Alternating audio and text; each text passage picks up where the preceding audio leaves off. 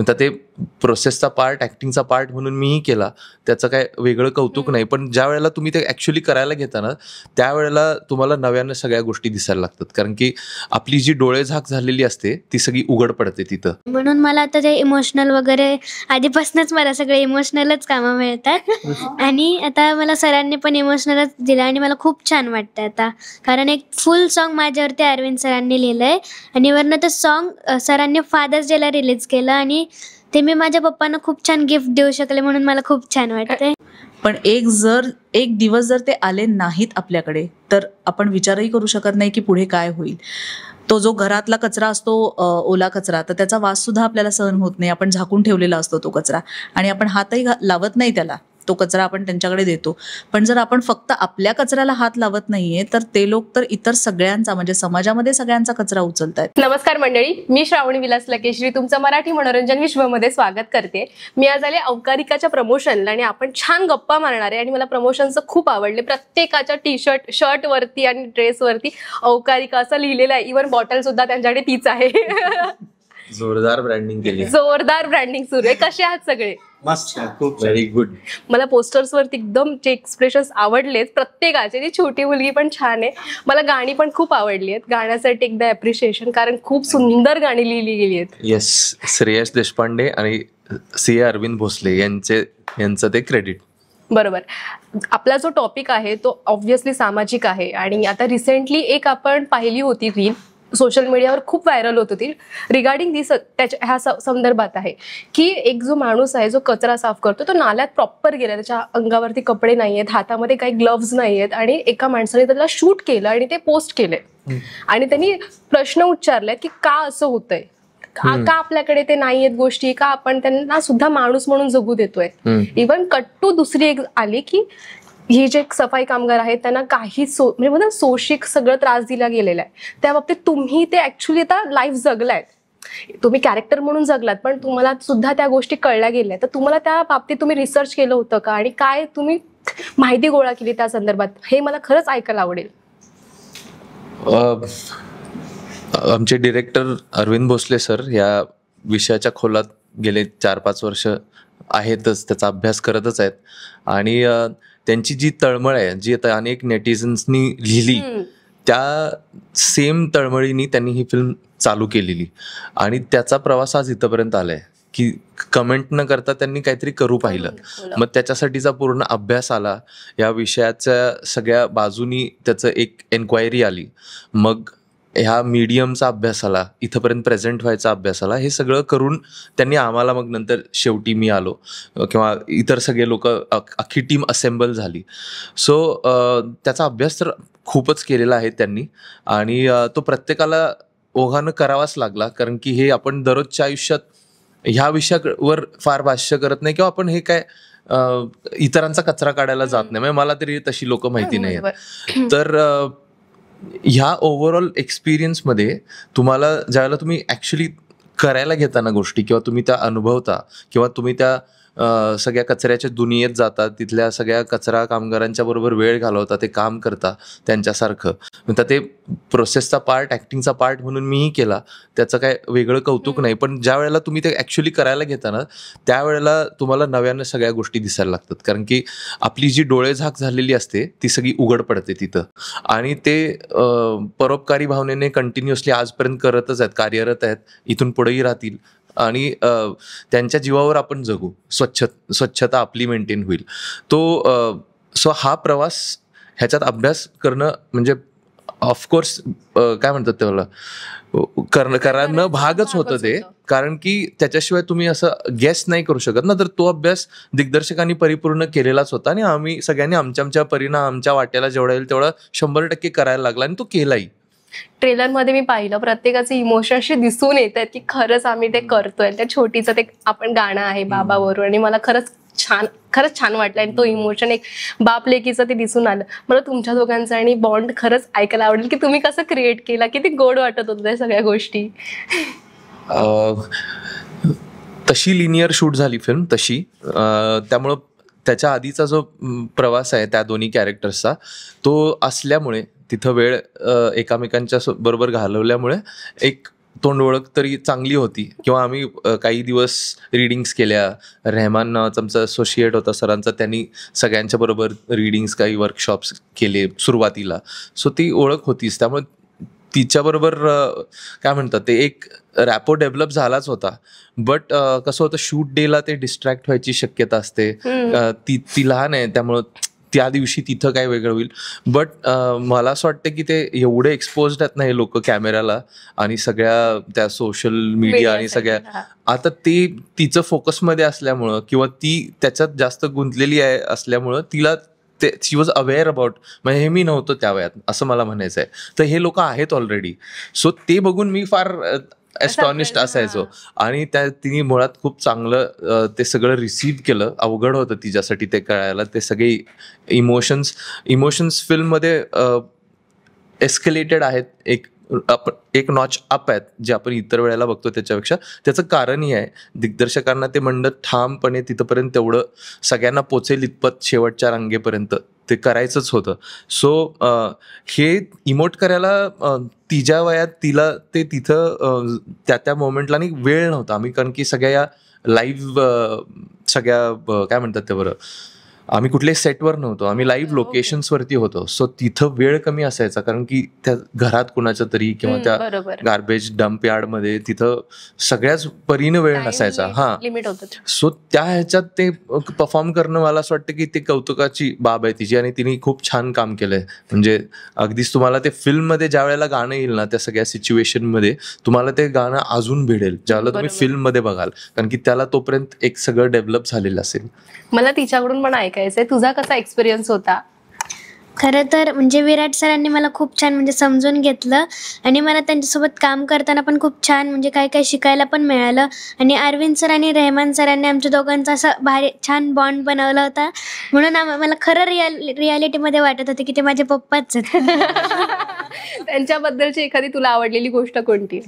म्हणजे आता सगळ्याच गोष्टी त्यांच्या म्हणजे छान होत्या. शूटच्या वेळेस ते खूप छान समजून घेत होते. नाही, सारखा त्रास सारखा अभ्यास कर म्हणतात तिला. अभ्यास कर असं म्हणत होते. राग यायचा का तुला कधी? अजिबातच. फार गोड नातं तयार झालंय. मी त्यामुळे बाबा म्हणूनच सांगतो तिला अभ्यास. मग आता जसं ते म्हणाले की लाईव्ह लोकेशन असल्यामुळे खूप टाइम लिमिट असायचे, ते हे सुद्धा त्यांच्याकडून कळालं की तू सोशल मीडियावर खूप ऍक्टिव्ह आहे आणि तुला बऱ्याचशा गोष्टींचं नॉलेज आहे. तर तुला ते नॉलेज कसं मिळालं आणि तू इथे कसं उपयोग केलास त्याचा? खरं तर म्हणजे आधी माझी मम्मी पण सांगायची की अशी ॲक्टिंग वगैरे असते. मी आधी ॲक्टिंग क्लासला पण जायचे, तेव्हा आम्हाला नवरस वगैरे पण शिकवत होते. म्हणून मला आता ते इमोशनल वगैरे आधीपासूनच मला सगळे इमोशनलच कामं मिळतात. आणि आता मला सरांनी पण इमोशनलच दिलं आणि मला खूप छान वाटतं आता, कारण एक फुल सॉन्ग माझ्यावरती अरविंद सरांनी लिहिलं आहे. आणि वरनं ते सॉन्ग सरांनी फादर्स डेला रिलीज केलं, आणि ते मी माझ्या पप्पांना खूप छान गिफ्ट देऊ शकले, म्हणून मला खूप छान वाटतंय. किती गोड गोष्ट आहे. ती सांगताना पण इमोशनल झाली होती. मला बाकीच्यांना पण विचारायचं की तुमचा कसा एक्सपिरियन्स होता ह्या मूवीचा आणि तुम्हाला काय शिकायला मिळालं ह्या मूवीमधून? ॲक्च्युली गेल्या 5 वर्षापासून मी फिल्मला कनेक्टेड आहे, आणि एक्सपिरियन्स ॲज अन ॲक्टर खूप डिफिकल्ट होता, पण खूप इझी वेनी झाला. कारण तुम्हाला लाईव्ह लोकेशनवर शूट करायचे होते, कुठेही फिल्ममध्ये VFX नाही आहे. मग ते त्यांच्यासोबत राहावं लागलं. जे सफाई योद्धा आहेत, आता सफाई योद्धा वेगवेगळ्या प्रकारचे असतात. कोणी घंटागाडीवर असतं, कोणी रस्ते साफ करतात, कोणी चेंबर नाले हे साफ करतात. तर माझी भूमिका जे चेंबर नाले साफ करणाऱ्या योद्धाची आहे, आणि ती भूमिका करत असताना खूप साऱ्या गोष्टीच्या सामोरी जावं लागलं. कारण रिअल होतं, तर ते थोडंसं कुठंतरी त्याला त्याच्यामध्ये जाऊन ते आणणं होतं. जे ते काम करतं तेच घेऊन डिलिव्हर करणं होतं. तर तेच पूर्ण आम्ही प्रयत्न केला. आणि फिल्म करत असताना आम्ही नाल्यामध्ये शूट केला, चेंबरमध्ये शूट केला, कचऱ्याच्या डोंगरावर जाऊन शूट केला. आमचा जेवणाचा सीन आहे तिथे दोघांचा. बऱ्याचशा गोष्टी आहेत जे फिल्ममध्ये तुम्हाला कुठेतरी रिलेट करतील ॲज अन व्यक्ती, ॲज अन ह्युमन बीइंग. आणि film is full of package. Entertainment point of व्ह्यूनी तुम्हाला चांगलं म्युझिक आहे, चांगलं व्हिज्युअल्स आहेत फिल्ममध्ये. BGM आपल्या फिल्मचं साऊथला झालेलं आहे. फिल्मला U सर्टिफिकेट आहे, and central government is supporting for the film. Maharashtra Swachh Bharat team is supporting for the film. आणि फुल ऑफ पॅकेज जे म्हणतो ना आपण, ती फिल्म आहे. आणि मला असं वाटतं की प्रत्येकाने ही फिल्म बघावी, कारण मला सांगा की आपल्याला लक्षात असतं का आपल्या घरी जो योद्धा येतो त्याचं नाव तरी आपल्याला लक्षात असतं का? नाही, लक्षात नाही राहत आपल्याला. का? कारण आपण कुठेतरी विसर पाडतोय त्या गोष्टींचा. आणि ते स्वतःच्या आरोग्याची काळजी न करता आपल्यासाठी रस्त्यावर उतरतात. ते सकाळी पहाटे 5 वाजता उठून ते रस्ता साफ करतात, आपल्या इथे येतात. पण आपण कुठेतरी हे करतोय, कुठेतरी ते बॉन्डिंग दुरावली आहे. आणि मी इतकी श्योरिटी देतो की फिल्म नंतर कुठेतरी ती बॉन्डिंग क्लोज येण्याचा प्रयत्न अवकारिका करेल. आणि अवकारिका फक्त हे चेंज नाही कराल, फक्त ते स्वच्छता हेच नाही आहे, एन्व्हायरमेंटच्या सगळ्या गोष्टी त्यामध्ये दाखवल्यात. आणि फक्त स्वच्छता मनाची पण करेल आणि तो बाकीच्या गोष्टींची पण स्वच्छता करेल. बरोबर आहे. तुम्ही सुद्धा तुमचे सांगा मत, कारण मला खरंच ऐकायला तुम्ही मगापासून एकदम शांत अशा एकदम असं ऐकताय सगळ्यांचं. बघ, असं म्हणतात की स्वच्छता जिथे आहे तिथे लक्ष्मी नांदते, बरोबर. आणि स्वच्छता सगळ्यांनाच प्रिय असते. कोणीच असं नाहीये की ज्याला घाणीत राहायला आवडतं. प्रत्येकालाच असं स्वच्छ साफ सुथरं असं राहायला आवडतं. पण कचरा उचलायला कोणाला आवडतो? कोणालाच नाही. तर आपण सगळेच जण कचरा करत असतो. म्हणजे माणूस असला की तो कचरा बाय डिफॉल्ट करतो, पण आपला आपण कचरा उचलत नाही. तर तो कचरा आपला आपण उचलला गेला पाहिजे, त्याची व्यवस्थित विल्हेवाट लागली गेली पाहिजे. कारण डस्टबिन, अवकारिकाचा अर्थच मुळात आहे कचरा पेटी किंवा डस्टबिन. तर तो त्या डस्टबिनपर्यंत गेला पाहिजे. आपण लहान असल्यापासून शिकत आलेलो असतो की कचरा हा कचरा पेटीतच टाकला गेला पाहिजे. शाळेतही सगळ्या शाळांमध्ये हे शिकवतात. तर ही गोष्ट आपण कुठेतरी विसरत चाललोय. जसे जसे मोठे होतो तसा चांगल्या गोष्टीचा विसर पडतो आणि चुकीच्या गोष्टी आत्मसात करायला लागतो माणूस. तर मला असं वाटतं ह्या चांगल्या गोष्टी ज्या आपण विसर पाडत चाललेलो आहोत तर त्या पुन्हा लक्ष दिलं गेलं पाहिजे त्याच्याकडे. आणि तो कचरा डस्टबिनपर्यंत गेला पाहिजे, म्हणजे मग त्याची पुढे विल्हेवाट नक्कीच चांगली लागेल. जसं आता रोहित म्हणाला की येणारा जो काही आपल्याकडे सफाई कर्मचारी असेल, लेडी असेल, जेंट्स असेल, आपण दखल घेत नाही त्याची. रोज आपल्याकडे कचरावाला येतो, पण एक दिवस जर ते आले नाहीत आपल्याकडे तर आपण विचारही करू शकत नाही की पुढे काय होईल. तो जो घरातला कचरा असतो, ओला कचरा, तर त्याचा वास सुद्धा आपल्याला सहन होत नाही. आपण झाकून ठेवलेला असतो तो कचरा आणि आपण हातही लावत नाही त्याला. तो कचरा आपण त्यांच्याकडे देतो. पण जर आपण फक्त आपल्या कचऱ्याला हात लावत नाहीये तर ते लोक तर इतर सगळ्यांचा, म्हणजे समाजामध्ये सगळ्यांचा कचरा उचलतायत. तर अवकारिकाच्या टीमकडून एकतर त्यांना मोठा सलाम आहे त्यांच्या कार्याला किंवा ते जे काम करत आहेत त्याला. आणि मला असं वाटतं की हे आपल्याला आता थोडंसं जाणीव ह्याची केली गेली पाहिजे, तर अवकारिका हे नक्की करेल. वाव, किती छान गोष्ट आहे. मी पटकन आता मला सुचलं की एक मध्ये पोस्ट पण आली होती अवकारिकाच्या रिगार्डिंग, म्हणजे मूवीचा ट्रेलर नंतर पडला, पोस्ट आधी आली होती की लोक ह्या सफाई कर्मचाऱ्यांना घाण म्हणून बघतात किंवा त्यांना तो रिस्पेक्ट देत नाही, त्यांच्याकडे त्या रिस्पेक्टनी बघत नाही. पण जेव्हा ट्रेलर आला आणि त्याचे कमेंट्स वाचायला मला खूप आवडतात. सो कमेंट्स इतकं फनी पण असतात आणि रिलेटेबल पण असतात आणि काही वायफळ पण असतात. रिलेटेबल मी बोलते, त्यांनी तुम्हाला सल्यूट केलं आणि थँक्यू बोललेत ते की तुम्ही हे घेऊन आलात आणि तुमच्यामुळे आम्हाला तो रिस्पेक्ट मिळण्याची शक्यता आहे किंवा आमच्याबद्दलची जी विचार ते बदलण्याची शक्यता. बरोबर आहे. आणि प्लस त्यांनी हे पण सांगितलं होतं की तुम्ही ज्या गोष्टी करताय त्यातून कदाचित आमची प्रगती सुद्धा होऊ शकते आणि आमच्याकडे बघण्याचा बोलतात दृष्टिकोन सुद्धा बदलू शकतो. त्यासाठी त्यांच्याकडून तुम्हाला पहिलं थँक्यू आहे. तुम्हाला त्यांना काही सांगायचंय का? जसं तुम्ही सांगितलं की रिस्पेक्ट, असं मला नाही वाटत. रिस्पेक्ट देतात पण तो बॉन्डिंग कुठेतरी दुरावली आहे. रिस्पेक्ट मिळतो पण कुठेतरी ती बॉन्डिंग दुरावली आहे आणि अवकारिका हेच प्रयत्न करते की ती बॉन्डिंग कुठेतरी क्लोज यावी. आणि आम्हाला खरंच म्हणजे ते वॉरियर्स आहेत, आपण कुठेतरी विसर पडतोय आपल्याला की ती एक वॉरियर तिथे असतो बॉर्डरवर आणि दुसरे वॉरियर आपल्या आरोग्याची काळजी करण्यासाठी रस्त्यावर असतात, आपण तो विसरतोय. तर ती कुठेतरी बॉन्डिंग जवळ येण्याची गरज आहे या फिल्मच्या माध्यमातून. आणि सुरुवात आपल्यापासून झाली पाहिजे. कारण आपण जे कचरा करतो, बरोबर, आणि आपण त्यांना कचऱ्यावाला म्हणतो, कचरेवाले आपण आहोत हे विसरू नका. आणि ते स्वच्छता योद्धा आहेत, स्वच्छता योद्धा, कारण मी वॉरियरच मानतो त्यांना. आणि वॉरियर सारखंच उभे असतात ते. आता मॅमनी जसं सांगितलं की ते एक दिवस नाही आले तर काय होईल, ह्याचा विचार जर आपण केला तर खूप प्रॉब्लेमॅटिक आहे. आणि खूप जसं आता मॅमनी अजून एक गोष्ट सांगितली की आपल्याला किती लक्षात राहतात, ते लक्षातच नाही राहत.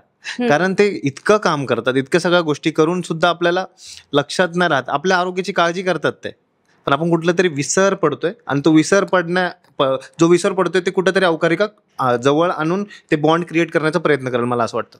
अगदी बरोबर. तुम्हाला काय वाटतं? म्हणजे त्या कमेंट्सना ॲज अ रिप्लाय म्हणून. नाही, कमेंट्स फार मनावर घ्यायच्या नाही असं माझं मत आहे. त्यामुळं पण ही एक्झॅक्टली ही पॉसिबिलिटी पण कमी असते. त्यामुळं खरंच लोकांना ते भावतंय ह्याच्यात काय मला शंका नाही आहे. बट मला असं वाटतं की ते नुसतं म्हणण्यापेक्षा लोकांनी कृतीत जर आणलं आणि ते आपल्याला जागोजागी दिसलं तर ती खरी पोचपावती होईल असं मला वाटतंय. म्हणजे दुसऱ्याला कचरा करू नको म्हणण्यापेक्षा तो आपण केलेला स्वतः काढावा, म्हणजे ते जास्त इफेक्टिव्ह होईल.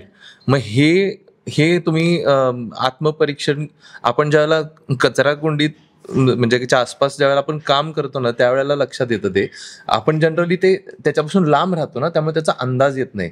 ज्या वेळेला जसं करोनात आपल्याला जाणीव झाली ह्या सगळ्या महत्वाच्या गोष्टींची, तसे प्रसंग फार कमी येतात ना. सो म्हणणं एक आणि करणं एक. पण कदाचित या फिल्म बघितल्यानंतर लोकांना असं वाटेल की ॲटलिस्ट यार मी माझा कचरा तरी नीट टाकेन. आणि त्यावेळेस जर कोणी कमेंट केली की हा यार मी फिल्म बघितली आणि मी माझा ओला सुक्का वर्गीकरण व्यवस्थित करतोय आता, किंवा मी ई वेस्टमध्ये सगळे ई डिस्पोजल करतोय, तर ती कमेंट जास्त हेवी असेल असं मला वाटतं. करतील, नक्की करतील. कारण ट्रेलर तर खूप धमाकेदार होता आणि ट्रेलर बघून असं वाटलं अरे बापरे खूप सुंदर काम केलं. आणि ते ॲज अ माणूस म्हणून बघायला गेलं तर पटकन कोण तिकडे जाणार नाही ती कामं करायला. आणि तुम्ही एक ऍक्टर्स आहात, तुमचं कामच आहे ते. पण माइंडसेट करणं सुद्धा तेवढंच इम्पॉर्टंट असतं की बोलताना हा मी करू शकतो आणि करून दाखवणं, ह्या दोन्ही गोष्टी वेगळ्या आहेत. तुम्ही केल्यात त्यासाठी थँक्यू सो मच आणि हॅट्स ऑफ. आपण आता डिरेक्टर आणि music director. Yes, thank you so much. मी आपल्या प्रेक्षकां थ्रू एक गोष्ट पोचवायची आहे मला. जे आम्ही एक हे केलंय कॅम्पेन आम्ही सुरुवात केली की थँक्यू जे काम करतात त्यांच्यासाठी आमच्याकडून एक आम्ही थँक्यू त्यांना म्हणतोय. आम्ही सेल्फी विथ योद्धा, सफाई योद्धा हे कॅम्पेन चालवतो. तर आम्हाला हे अपेक्षित आहे की तुम्ही लोकांपर्यंत हे पोचवावं आणि कुठेतरी सुरुवात तुमच्या माध्यमातून लोकांपर्यंत हे पोचायला पाहिजे की योद्धासोबत एक सेल्फी गरजेची आहे, कारण ते आपल्या आरोग्याची काळजी करतात. ओके, नक्की ते करतील, ते नक्की सेल्फी पोस्ट करतील. Thank you so much. आता फक्त तुम्ही तुमच्या मूवीसाठी, चित्रपटासाठी, ज्यासाठी तुम्ही एवढी मेहनत केली आणि ते बसलेले आहात त्यासाठी आमंत्रण द्या की नक्की मूवी बघायला या. अवकारिका 1 ऑगस्टला संपूर्ण महाराष्ट्रात रिलीज होतीये. ह्या खालील कारणांसाठी जे तुम्ही आता ह्याच्या आधी ऐकलात त्याच्यासाठी. आणि जर तुम्ही एक सुजाण नागरिक असाल आणि तुम्हाला जर कचऱ्या बाबतीत थोडीशी जाण असेल की काय घडते आसपास, ते तुम्हाला बोचत असेल किंवा बोचत नसेलही, तरी तुम्ही सगळ्यांनी लहानांपासून थोरांपर्यंत सगळ्यांनी ही फिल्म बघावी. कारण की ती कुठेतरी तुम्हाला आपल्या समाजाचा आरसा दाखवेल आणि त्यात तुम्हाला एंटरटेनही करेल. आणि ही त्या अर्थाने खूप महत्त्वाची फिल्म आहे. सो प्लीज थिएटर्समध्ये 1 ऑगस्टला अवकारिका बघा. Voice of environment, voice of nature, voice of Galaxy येते 1 ऑगस्टला अवकारिका. नक्की जाऊन तुमच्या जवळच्या चित्रपटगृहात जाऊन फिल्म बघा आणि आम्हाला भरभरून प्रेम द्या, कारण स्वच्छता आहे, रिस्पॉन्सिबिलिटी आहे एक फिल्म नाही. येस, सर्वांनी 1 ऑगस्टला चित्रपटगृहात जाऊनच आपल्या फॅमिली आणि फ्रेंड सोबत जाऊन नक्की बघा अवकारिका. नक्की बघा. सॉरी, अवकारिका हे नाव जितकं आकर्षक आहे तेवढीच आकर्षक अशी कथा, मनोरंजन, उत्तम संगीत, उत्तम गीत यांचा सुरेख मिलाप जुळून झालेली अवकारिका 1 ऑगस्ट 2025 रोजी संपूर्ण महाराष्ट्रामध्ये सगळ्या चित्रपटगृहांमध्ये रिलीज होत आहे. तर सहकुटुंब आणि आपल्या फ्रेंड्स बरोबर नक्की बघा अवकारिका.